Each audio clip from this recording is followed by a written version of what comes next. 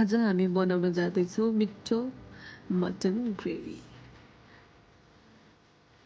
यसको लागि सबभन्दा पहिला हामी म्यारिनेसनतर्फ लागौँ। काँचो मासुमा आफ्नो स्वादअनुसार नुन, बेसार र थोरै तेल हालेर म्यारिनेट गर्नुहोला। यसलाई हामी आधी 1 घन्टाको लागि म्यारिनेसनको लागि राख्नेछौँ। त्यति बेलसम्म अरू कुरा रेडी गरौँ। सबैभन्दा पहिला मैले यहाँ दही र बेसारको पेस्ट रेडी गरेको छु। अब हामी लसुन, अदुवा, खुर्सानी, सिङ्गो जिरा र धनियाँ मजाले ब्लेन्ड गरेर यस्तो पेस्ट रेडी बनाउँछौँ। आज हामीले मासु कसौडीमा पकाउन जाँदैछौँ। कसौडी तातिसकेपछि त्यसमा तेल राख्नु होला।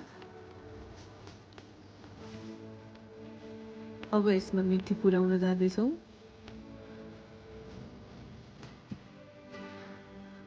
पियाजलाई मसिनोसँग चप गरेर यसरी ब्राउन हुन्जेलसम्म फ्राई गर्नु होला। अनि त्यसपछि अघि हामीले म्यारिनेसन राखेको मासुलाई राखेर यसरी फ्राई गर्नु होला।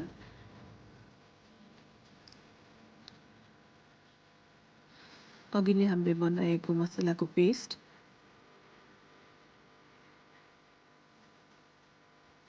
अब हामीले अघि रेडी बनाएको दहीको पेस्टलाई यसरी हाल्छौँ ग्रेभीको लागि। अब यसलाई पनि एकछिन मजाले भुटिन दिनु होला। थोरै पानी हालेर छोपेर, अब थोरै मरिचको धुलो हालेर आधी घन्टाको लागि छोपेर पाक्न दिनुहोस्।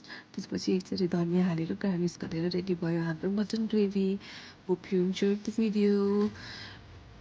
Thanks for watching. Enjoy the recipe.